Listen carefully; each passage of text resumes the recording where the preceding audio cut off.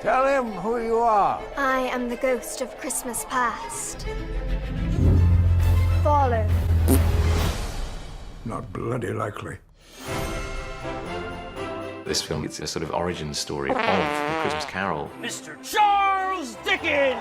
Dickens was a rock star of that time, but falls from grace. So he's had a couple of flops? Oh, well, who hasn't? He was sort of going through a midlife crisis too.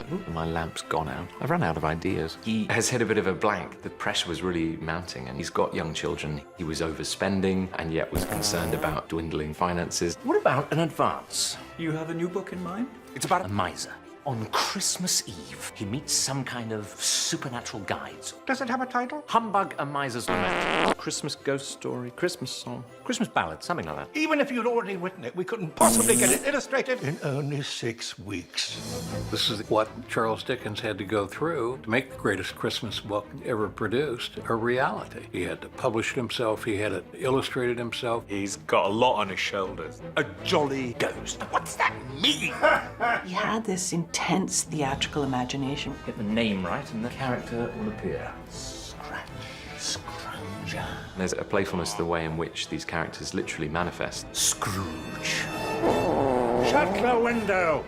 You think I'm made of money? Mr. Scrooge. How delightful to meet you, sir. Sorry, I can't say the same. Dickens talked about the characters in his books being more real to him than people he knew in his life. They become his torturers in a way. He gets writer's block, and particularly Scrooge becomes his nemesis. I'm the author here. Allegedly. They all have their opinions and their suggestions. My character doesn't get to explain his side of things. So I've taken the liberty of writing a short speech. No.